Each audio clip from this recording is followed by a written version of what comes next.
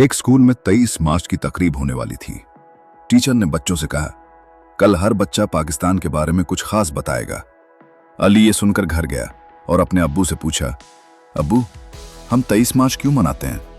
अब्बू ने मुस्कुराकर कहा, बेटा, उसी दिन करारदाद लाहौर पेश की गई थी, जिसने हमें एक अलग मुल्क बनाने का रास्ता दिखाया।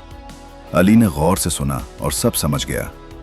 अगले दिन अली क्लास में खड़ा हुआ और एतमाद से बोला, हमें अपने पाकिस्तान से मोहब्बत करनी चाहिए, सच बोलना चाहिए और मेहनत करनी चाहिए ताकि हमारा मुल्क तरक्की करे।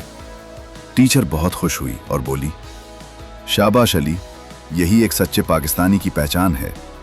आखिर में अली पाकिस्तान के झंडे के सामने खड़ा था, दिल में फख्र के साथ। अपने मुल्क से मोहब्बत करें, सच्चाई और मेहनत को अपनाएं, तभी पाकिस्तान मजबूत बनेगा इंशाअल्लाह।